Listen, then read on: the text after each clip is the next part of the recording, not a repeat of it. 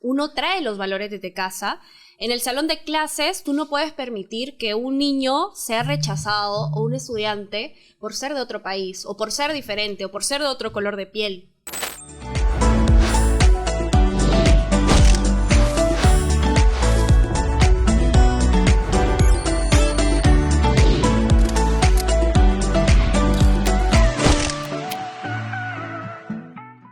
Hola a todas y todos. Les damos la bienvenida a la 4ª temporada de Transformando la Educación. Soy Carla Gamberini, directora de Más Educación PE.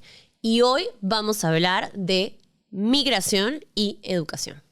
¿Te imaginas tener que dejar tu casa, tu escuela, tus amigos, tu ciudad, para moverte a otro país e iniciar una nueva vida? Esta es la realidad de muchos niños, niñas y adolescentes que hoy son migrantes en otro país. En América Latina, de acuerdo a UNICEF, se ha tenido una migración de 6.3 millones de niños, niñas y adolescentes teniendo que iniciar nuevas vidas en nuevos espacios. Mientras que en el Perú, Migraciones indica que tenemos 1.800.000 personas migrantes radicando en nuestro país. En este episodio exploraremos cómo la migración impacta en la educación de los niños, niñas y adolescentes migrantes. Vamos a explorar qué desafíos se encuentran en la escuela, desafíos en relación al acceso, pero también en relación a la vivencia en la escuela. ¿Qué está pasando hoy en los salones de clase? ¿Qué está pasando hoy en la educación en relación a cómo formar una comunidad con las personas migrantes? Sabemos que en particular la migración venezolana es la migración más masiva que tenemos en el país. Tenemos 230.000 niños, niñas y adolescentes ya en nuestro país y por ello nuestra invitada hoy es Nancy Arellano, quien es presidenta y fundadora de Vene Activa y tiene en nuestro país 11 años. Bienvenida, Nancy. Hola, muchísimas gracias por la invitación.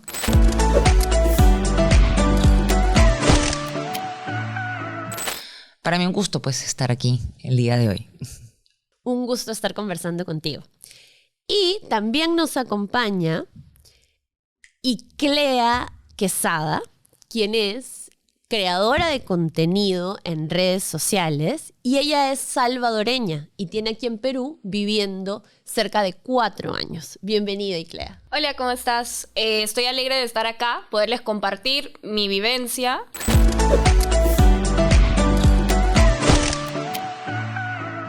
Y poderles hablar un poquito más de cómo ha sido migrar a Perú y en específico cómo me ha ido en el tema de la educación.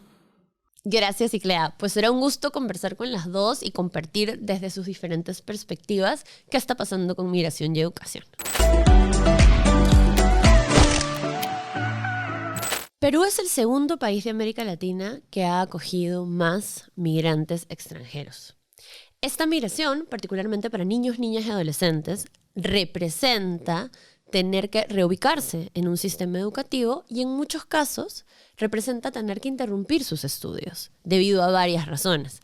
Y vamos a empezar a hablar desde la experiencia personal que han tenido nuestras invitadas. Iclea, particularmente en tu caso, que vienes de El Salvador, cuéntanos cuál ha sido tu experiencia en este proceso de migración. Tú, yo sé que estudias aquí en Perú. ¿Cómo ha sido tu posibilidad de integrarte al sistema educativo peruano?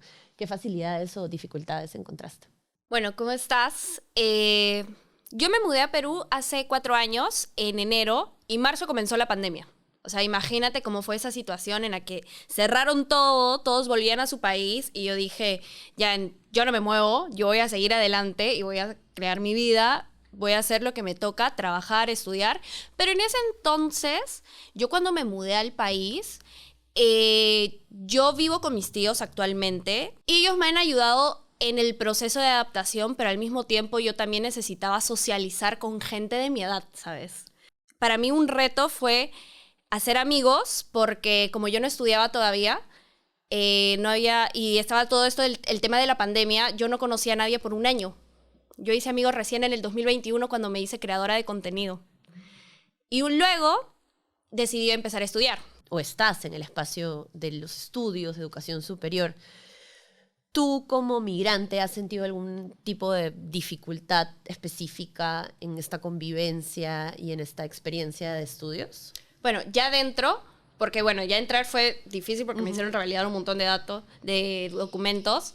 Dentro de los estudios yo siento que no he vivido un caso en el que se me haga ver de menos por ser extranjera, y creo que eso es algo bueno, que las personas siempre han sido más que todo curiosas, porque no se ven muchas personas del Salvador, así que sí, siempre me hacen la misma pregunta: ¿qué es eso?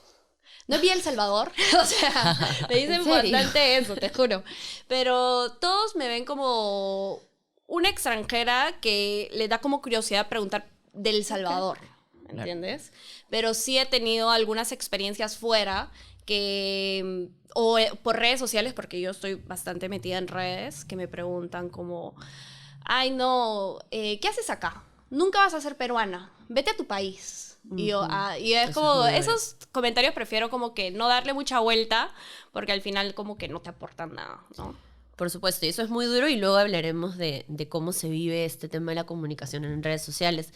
Pero antes quiero preguntarte, Nancy, cuéntanos desde tu experiencia como migrante, pero también desde la experiencia de Beniactiva, ¿cuáles crees que son los principales desafíos que enfrenta la población migrante para acceder y estar bien en las escuelas en el Perú?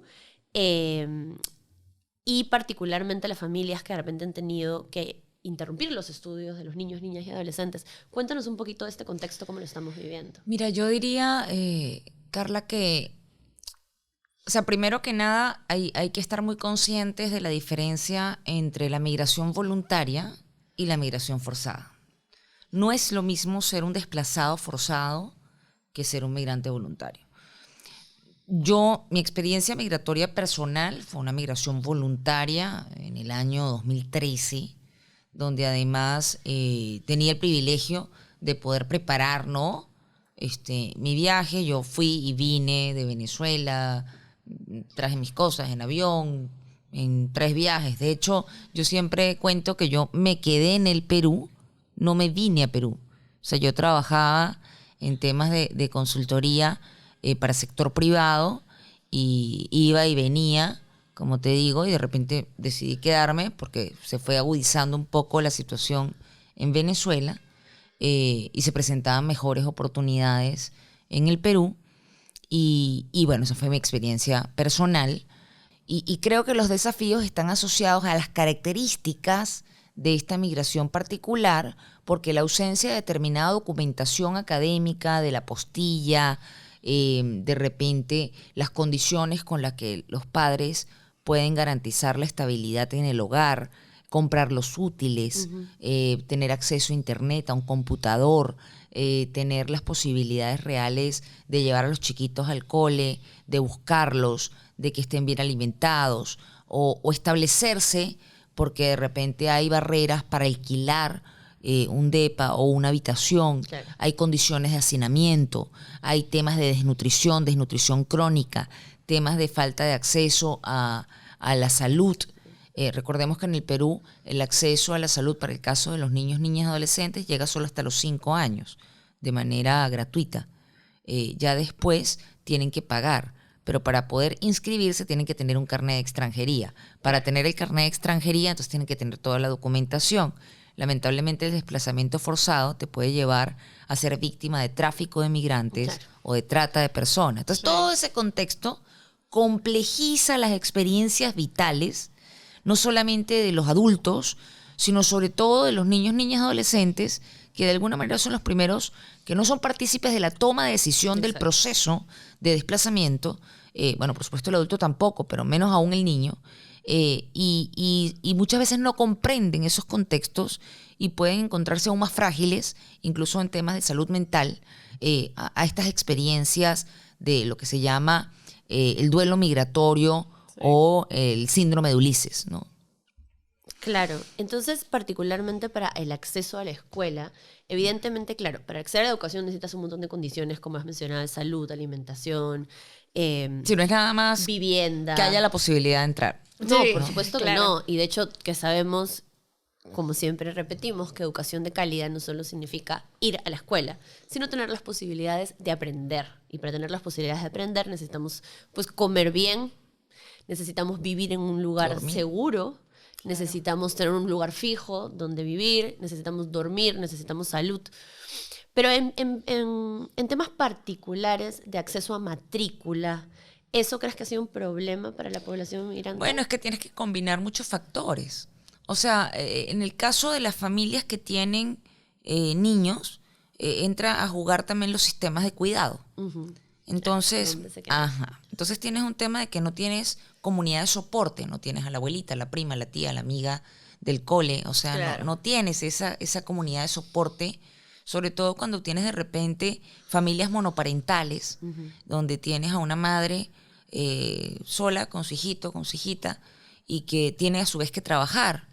Entonces tienes que el chico o la chica necesita no solamente ir al cole, sino que además, ¿qué hace la madre cuando el niño sale del cole y quién lo cuida? Y cómo combinas pagar lo que hay que pagar para además permitirle, ¿no? Todas esas condiciones.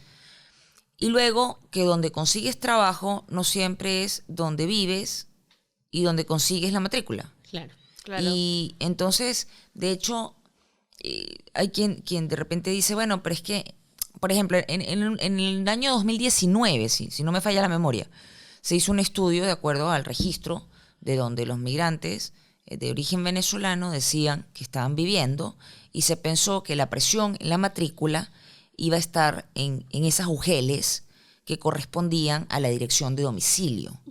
Y resulta que abrieron matrícula en estas zonas y no se llenaban en esas zonas, porque resulta que la prioridad no era donde vivían, sino donde trabajaban. Claro. Claro, porque era más fácil. Porque tengo que llevarlos y recogerlo. Ajá. recogerlos. Entonces, se enfrentó un tema de una discusión de, ok, pero ¿cómo obtenemos esa data? Porque además hay altos índices de informalidad y no necesariamente, no es que ahora le pido al Ministerio del Trabajo que me diga dónde trabajan y voy a saber dónde trabajan. Claro. Entonces, claro, hay unos retos en la caracterización no solamente de la población migrante, sino también las condiciones de las comunidades de acogida. Correcto. El hecho de entender la altísima informalidad que hay en el Perú y luego ciertas condiciones para el caso de la apertura de matrículas de secciones, donde te piden un número determinado de estudiantes que deseen inscribirse en ese colegio específico como para justificar que se abra una nueva sección. Claro, no. Entonces la dispersión en territorio, la dispersión en Lima, hace que de repente tengas 5.000 solicitudes, pero como no están concentradas suficientes en cada colegio, no se abren las secciones. Claro, y hay chicos que se pueden quedar fuera, Que no quedan- porque, claro, no, o sea, no porque no haya la posibilidad de recibirlo, sino por la dispersión Por y la la dispersión. organización Y del cómo sistema. organizas todas estas variables, ¿no? Claro. Sistemas de cuidado, dónde trabajan, etcétera. Familias. Ahora queríamos abordar de qué está pasando en la educación y en las escuelas hoy. Es decir, ya hemos hablado de acceso y estos grandes desafíos que se tienen para la población migrante. Y claro, nos lo contó desde la educación superior. Nancy nos lo ha contado un poco desde el contexto más grande de la migración forzosa. Entonces, en este sentido, y Clea, yo te preguntaría a ti, ¿qué consideras que desde estar dentro del sistema educativo y desde los actores que están dentro del sistema educativo se podría hacer para contribuir a que las personas migrantes tengan una mejor educación? Mira, yo creo que es súper importante primero tener capacitado correctamente al docente. Parte desde que el docente no permita ningún tipo de discriminación. Porque si bien la educación es desde casa, uno trae los valores desde casa, en el salón de clases tú no puedes permitir que un niño sea rechazado o un estudiante por ser de otro país, o por ser diferente, o por ser de otro color de piel. Segundo, abrir espacios de diálogo, donde ya de por sí, si esa persona, ese migrante, es introvertido o no puede expresar cómo se siente en casa o la vergüenza, es importante que dentro de los colegios o institutos o universidades hayan espacios para los migrantes, donde puedan hablar cómo se sienten, donde pueda haber de repente charlas psicológicas o reunir personas extranjeras que sienten lo mismo que tú estás sintiendo. Porque si tú te sientes mal afuera, ya de por sí adecuándote a un nuevo país, a un nuevo contexto, es difícil ya en un salón de clases donde no estás entendiendo a tus compañeros y son los con los que pasas más tiempo. Y bueno, un tercero yo creo que sería darle un seguimiento adecuado a los familiares, mantenerlos al tanto. Es importante que le digan a tus papás cómo está yendo, porque tus papás van a saber qué aconsejarte o qué decirte. Elementos muy importantes que además incluyen a diferentes actores. Ahora, Nancy, te pregunto, y en este sentido, a ver, vamos parte por parte. ¿Qué se está haciendo hoy en las escuelas con la población migrante? No hablemos todavía de qué se debería hacer, sino ¿hay alguna política o hay alguna instrucción particular que se esté trabajando con poblaciones migrantes y comunidades receptoras para poder facilitar este tema de convivencia? Bueno, justamente con el tema de convivencia escolar, busca abordar los docentes que se especializan o que forman parte de los grupos de convivencia escolar, han venido recibiendo una serie de capacitaciones, etcétera, para aprender a moderar, ¿no?, estos espacios. Sin embargo, en el Perú hay unas necesidades importantes allí, complementarias, que hablaremos después, entonces. Porque una cosa es el deber ser y otra cosa son los retos de la coyuntura, ¿no? Por otro lado, bueno, ha habido campañas importantes por parte de Minedu, ha habido un tema importante en la colaboración, por ejemplo, en el marco de Education Cannot Wait, que es un programa multiactor que trabaja con distintas ONGs y en concurso con el Minedu, además de lo que puedan estar trabajando a nivel mediático de campañas comunicacionales. En un momento, además, la plataforma Sí se ve ha venido adaptándose para, y también podemos hablar un poco más sobre la plataforma, para la denuncia del bullying, porque además, claro, tenemos una caracterización específica, ¿no? Se genera un espacio interseccional entre los desafíos que ya de por sí hay en la convivencia escolar para peruanos, peruanas, incluso para migrantes internos del país. O sea, de regiones, claro, hacia otras peruanos regiones. que vienen de las regiones, Claro, a Lima, y migrantes externos. Entonces, claro, tenemos una serie de condiciones, como tú bien mencionabas, Clea, el tema de racismo, clasismo, machismos, que pueden, los chicos son como unas esponjas al final, ¿no? Y repiten muchas de las condiciones que ven en casa, incluso repiten a veces estereotipos negativos.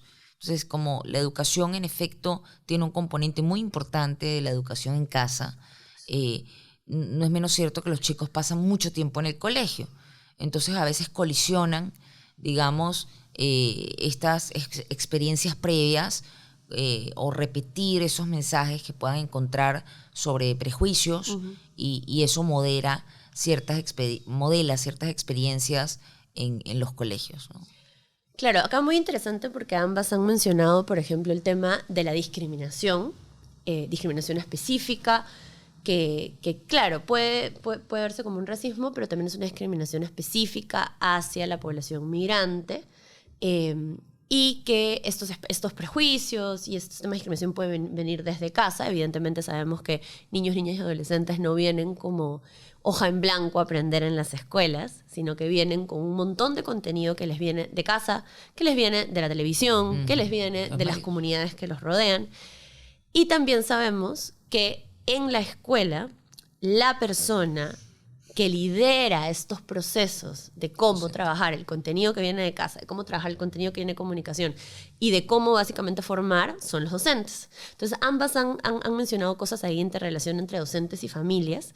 Y que en ese sentido quería un poco profundizar, Nancy, para lograr una integración y propiamente una convivencia de bienestar en las escuelas, pues se necesita, además de un contenido curricular que evidentemente subraye pues, la no discriminación, subraye la diversidad, se necesita un liderazgo docente y una enseñanza de manera particular enfocada en ello. Entonces, ¿cómo crees que hoy están los docentes peruanos en esto y qué deberíamos estar haciendo en esa línea? A ver, yo creo que en líneas generales, o sea, en el Perú hay ciertas brechas que van más allá de los problemas que pueda haber o de los desafíos que hay respecto de migración. Para nadie es un secreto el déficit que hay de docentes especializados en educación especial, o psicopedagogos, o psicólogos. Yo recuerdo una cifra donde decían que en Ica, por ejemplo, había un psicólogo por cada 22 colegios. Es decir, no hay psicólogo, porque evidentemente un psicólogo por cada 22 Es no haber colegios es que no hay nada. psicólogo. Entonces, si los chicos enfrentan desafíos, insisto, contextuales, familiares, violencia intrafamiliar, muchas veces necesidades económicas, insisto, el contexto pandemia, pospandemia, o sea, tantas cosas que enfrentan los niños por su ciclo de vida y la necesidad de una comunidad educativa que aborde holísticamente los desafíos de formarse como persona, como individuo, como ciudadano, como agente productivo, activo, Claro. conseguir vocación, enfrentar la pubertad, el despertar sexual. O sea, en el Perú tenemos cifras importantes de embarazo adolescente. En el Perú tenemos temas importantes en materia de violencia intrafamiliar. Entonces, poder enfrentar esos desafíos para que los chicos además puedan tener oportunidades reales de aprendizaje y poder formarse como ciudadanos productivos para su país, añádele a este contexto el hecho de además ser extranjero y que te vean como un problema Claro. para el país, como un problema más. Un problema más. Entonces, Sí. yo creo que es importante entender que, primero que nada, que las personas somos personas y no se trata de un tema de ser bonachón o que tenemos que ser dadivosos, porque no tiene que ver con eso, tiene que ver con en qué clase de mundo queremos vivir. Tiene que ver con el hecho de que no vivimos en un mundo autárquico, aislado, no somos una isla, somos un país inserto en la comunidad internacional. Este micrófono, ¿de dónde viene? ¿Quién lo creó? ¿Quién lo ideó? ¿De dónde viene la patente? ¿Cuántos obreros de cuántas nacionalidades estuvieron para que estemos ahorita aquí en Perú, en este sitio, pudiendo hablar y conversar?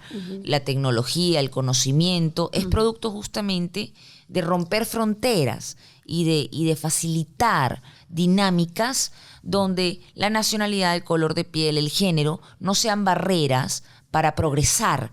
Y yo siento que ese enfoque es un enfoque que no se ha logrado socializar adecuadamente e incentivar a los profesionales de la educación a comprender el valor de la interculturalidad para bajar la conflictividad, para aumentar la creatividad, claro. para superar conflictos. Sorry que te corte ahí. No, no es me que yo siento que también, ojo, de que si bien los migrantes tienen que estar en un país en el que también los reciba con los brazos abiertos de una forma agradable para poderse adaptar a esa nueva vida, también uno como migrante tiene la responsabilidad de ser respetuoso con la otra cultura. El país no se va a adaptar a ti, tú te tienes que adaptar al país. Así que si tú estás en un nuevo contexto, en una sociedad diferente, tú también tienes que dejarte llevar un poco. O sea, no porque, yo me acuerdo que, por ejemplo, en El Salvador es así, así que aquí también tiene que ser así. No, o sea, aquí son... No, claro, o sea, estoy de acuerdo contigo, es así, pero en justamente la búsqueda de un mejor futuro para todos, también es importante como dejar ver qué cosas son mejorables. Hay que buscar, ¿no?, la forma de comprendernos mutuamente. O sea, lo que menciono no es un tema nada más de peruanos hacia extranjeros, sino también de extranjeros hacia peruanos. Sí, claro. Comprender esa universalidad del mundo Sí. es tarea de ambos, porque si no, no generas realmente la posibilidad de una conversación abierta. Claro. Entonces, ni imponer lo que tú traes, tu bagaje, ni tampoco que la otra persona te imponga. Porque el tema ambas de... partes. Porque es que al final Ok, las personas son entonces, personas. Aquí, claro, y esto es creo que el mensaje más importante. O sea, hoy estamos viviendo en una comunidad con personas que provienen de diferentes contextos, que incluso pueden provenir de diferentes espacios geográficos, porque finalmente la migración es eso, son personas que provienen de diferentes espacios geográficos con diferentes experiencias culturales que van a venir a mezclarse. Entonces, en ese sentido, sí tienes una, digamos, responsabilidad de ambas partes. Correcto. Como todo en la vida. Y que un poco el miedo o un poco el riesgo a lo que Iclea mencionaba es decir que usualmente se le pone la responsabilidad entera al migrante y la comunidad receptora pues un poco dice pues que se adapten. Yo he sido migrante digamos, no por migración forzada, sino por migración voluntaria. Viví 4 años fuera de mi país, en otro continente.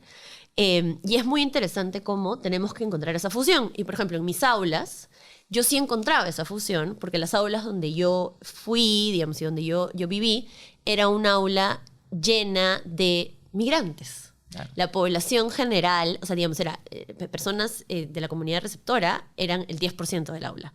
Y todo el resto éramos migrantes y por eso la dinámica era bien Claro, diferente. era más fácil adaptarte. Y en ese sentido, y aquí voy cerrando este bloque, los docentes se veían forzados a generar muchas más herramientas para facilitar esta convivencia y esta interculturalidad, porque primero, ellos mismos eran docentes que no eran de la comunidad receptora, es decir, yo tenía docentes de África, docentes de Asia, docentes de Latinoamérica, en una comunidad en Europa. Claro. Entonces, la dinámica misma del salón te lleva a eso, y esto es bien importante mencionarlo porque lo que aquí en Perú estamos viendo son temas de discriminación, etcétera, pero también temas de falta de referentes docentes de otras comunidades que no sea la comunidad receptora. Y aquí, y con esto quería cerrar este bloque, de repente, Nancy, si nos pudieras decir 3 elementos súper rápidos que deberíamos estar haciendo en las escuelas en términos de formación docente, pero también en términos de cómo interculturalizar más a las personas que estamos en la escuela. O sea, yo creo que 3 uno, rápidos. creo que hay que zanjar realmente cuáles son los valores que queremos promover. Los valores se practican en absolutamente todos los contextos, no son optativos que hoy día sí, hoy día no. Creo que sí, creemos en la interculturalidad como valor. Practicarla significa promoverla, vivirla y buscar, ¿no? Generar una consistencia entre lo que dice la norma, lo que dice la política y lo que ocurre realmente en el aula. Segundo, la incorporación de los talentos diversos que hay en la propia migración, en la promoción de la interculturalidad en las planas docentes, creo que puede ayudar a abrir un diálogo más consistente en la implementación de los propios contenidos programáticos, que sabemos muy bien que hay contenidos maravillosos entre la currícula peruana, pero que hay que buscar cómo los tangibilizamos, ¿no? Claro. Y tercero, sería súper importante que generemos dentro de la comunidad escolar, entendiéndola como ampliada, donde entran los padres, donde entran espacios donde también se pueda practicar esa interculturalidad y se pueda asistir a la ruptura de prejuicios, que puedan existir estigmas, porque hay un rol de formadores de opinión pública como parte importante de ello, los docentes y por supuesto las autoridades locales. Así como hemos hablado de muchos desafíos para niños, niñas y adolescentes, hay desafíos particulares en la educación que niñas y mujeres viven de manera específica. Entonces, en este sentido, quería hablar de las problemáticas específicas que las mujeres pueden vivir. Y Clea, tú empezaste la experiencia que nos contaste contándonos ya de esta idea de la mujer caribeña, centroamericana, sí, que a veces es vista de una manera específica. Sexualizada. Es sexualizada, digamos. Pero claro, antes de meternos propiamente en ese término, quería como ponerles en contexto a las personas. ¿Ustedes se acuerdan que hace unos meses, no sé si fue el año pasado o hace unos meses, salieron unos periodistas deportivos que fueron noticia en todo el país, hablando de cómo la mayoría de migrantes venezolanas en este país pues se dedicaban a la prostitución y que seguro estaban viniendo para dedicarse a la prostitución? Ese es el tipo de estigma que hoy estamos viendo en el país, y ese es el tipo de estigma que no solo se vive en las redes sociales o en la televisión, sino es el tipo de estigma que también se puede vivir en los centros educativos, en los colegios, y hoy de hecho hay muchos programas a nivel de organizaciones internacionales trabajando este tema. Por eso es súper importante abordarlo. Entonces hablemos de este tema de la sexualización de las mujeres extranjeras. ¿Consideras que hay un problema específico con esto, que ha habido violencia de género en esa línea? Mira, violencia hay para todas. O sea, yo creo que no solo para las extranjeras, todas las mujeres en el país creo que hemos vivido algún tipo de violencia. Y si queremos enfatizar migrantes, pues sí hay un estereotipo. Y todos lo sabemos.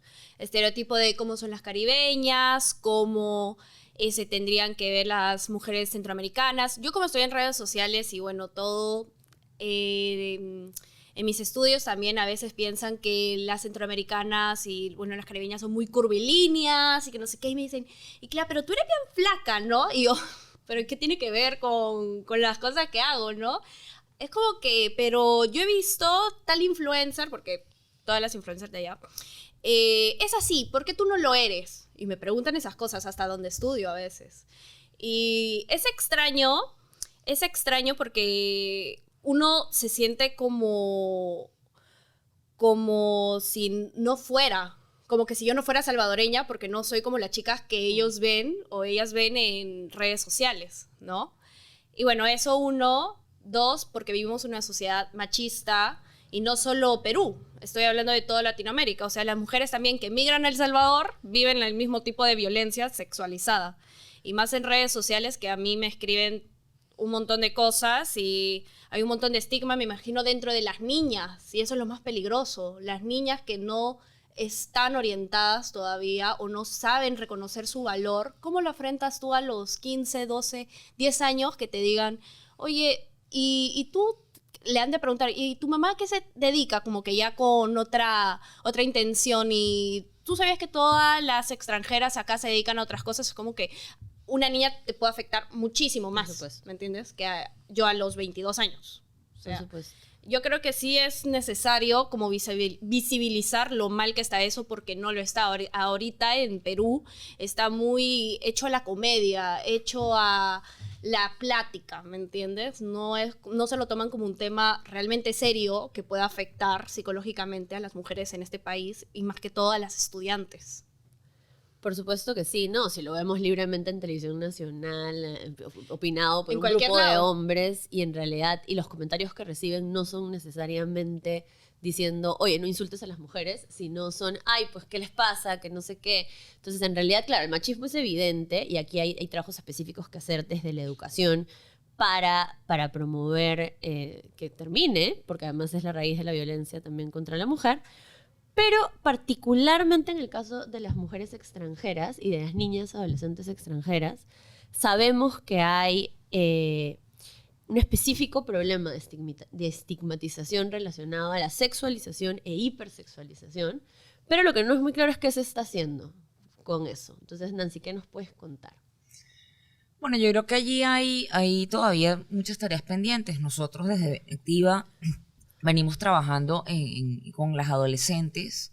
De hecho, recién acabamos de terminar un programa con apoyo de PADF, de la Fundación Panamericana para el Desarrollo, que se llama Juntas, Jóvenes con Futuro, y hemos generado allí un tema de sistemas de apoyo entre las chicas, justamente en Tumbes. En Tumbes hay todo un tema con el bullying.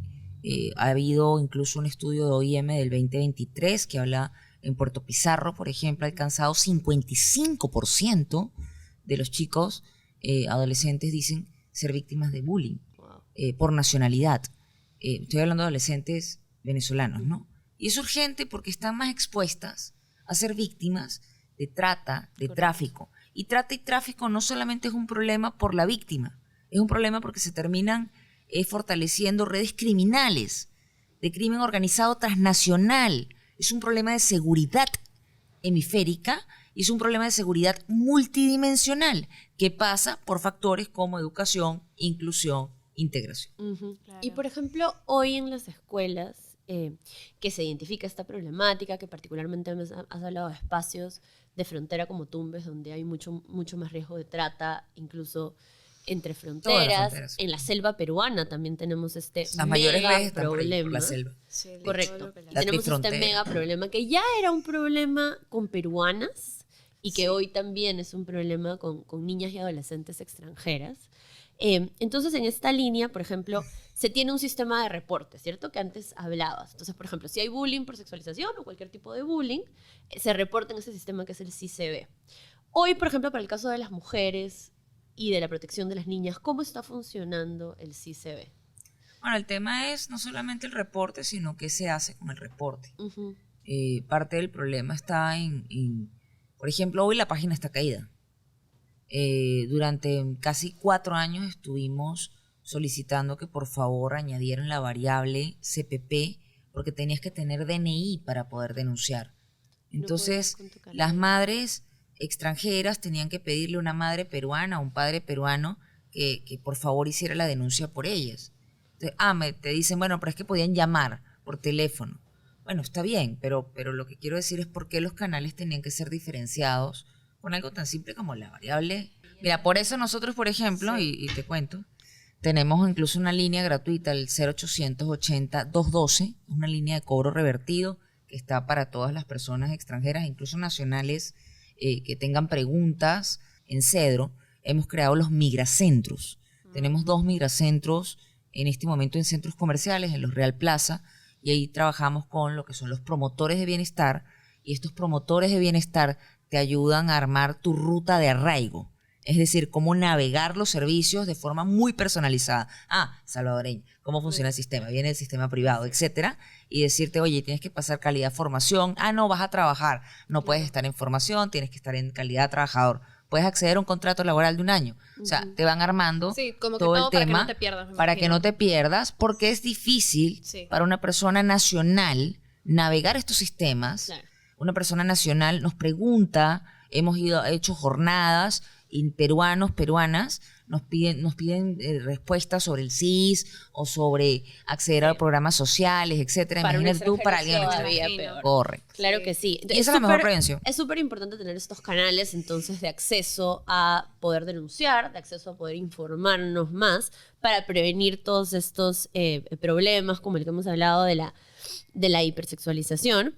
Y en particular quería ya ir cerrando este tema preguntándote a ti y Clea, por ejemplo, tú has hablado de que en tus espacios de redes sociales experimentas esto, porque efectivamente esto no solo se experimenta en espacios más controlados como la escuela, sino que se experimenta en espacios de la calle y en espacios de una comunidad digital como pueden ser las redes sociales que son totalmente abiertas. Entonces tú, por ejemplo, desde las redes sociales, ¿qué haces para combatir este tema de estigma frente a la mujer y qué podrían estar haciendo las otras mujeres? Mira, algo que se puede hacer y que no está muy alejado de la realidad es, número 1, apoyar influencers positivos.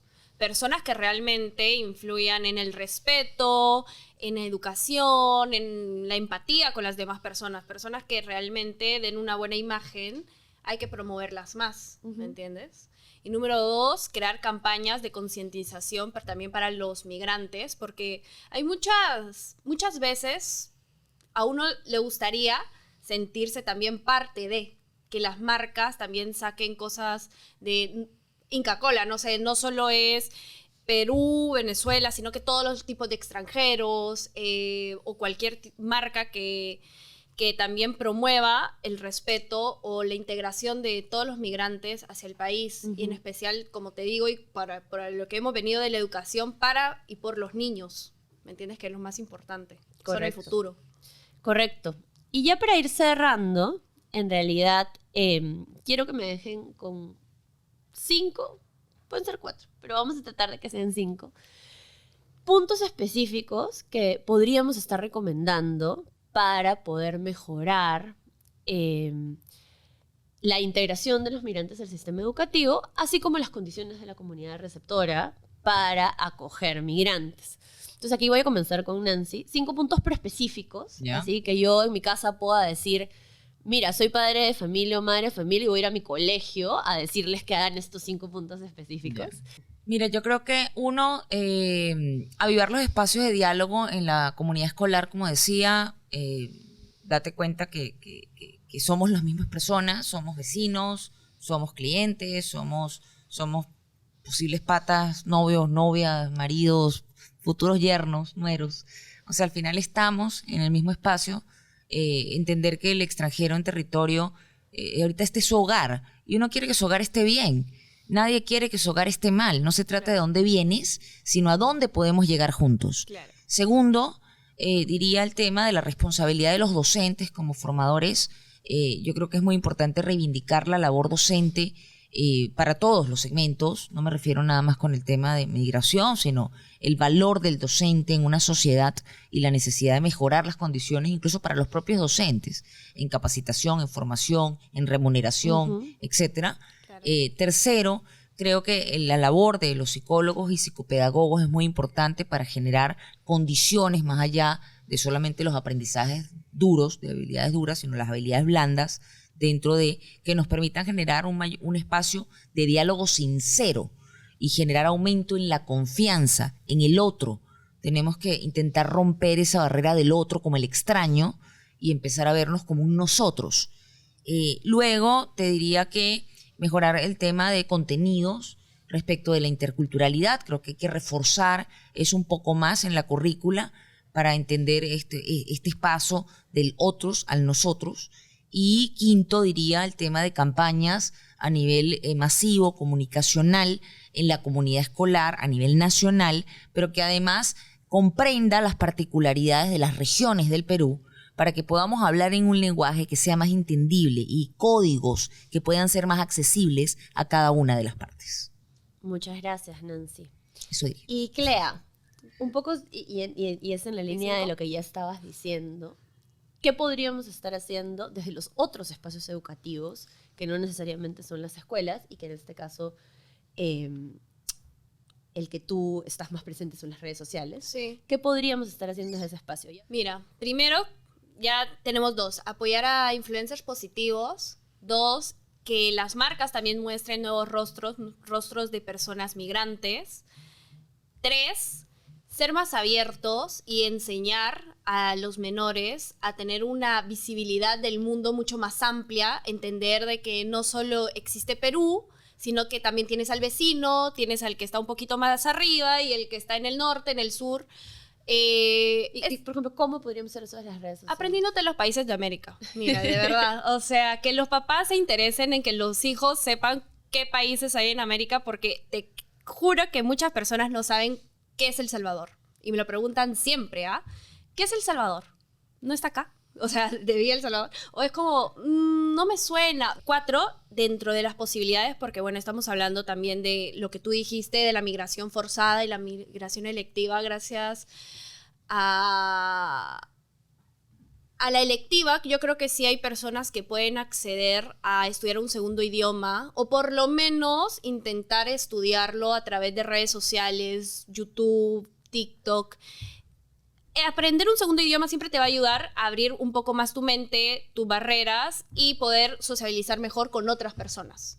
Y número 5, ser un poco más receptivo y intentar que las personas que te rodean lo sean, dándoles un buen consejo.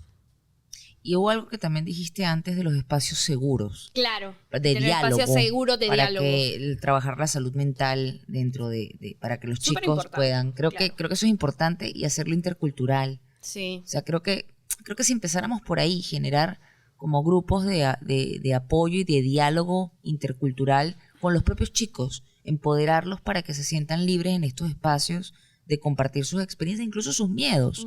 Claro. O sea, a mí me da miedo de que estos niños extranjeros que vengan sean delincuentes. Ya dilo, pues.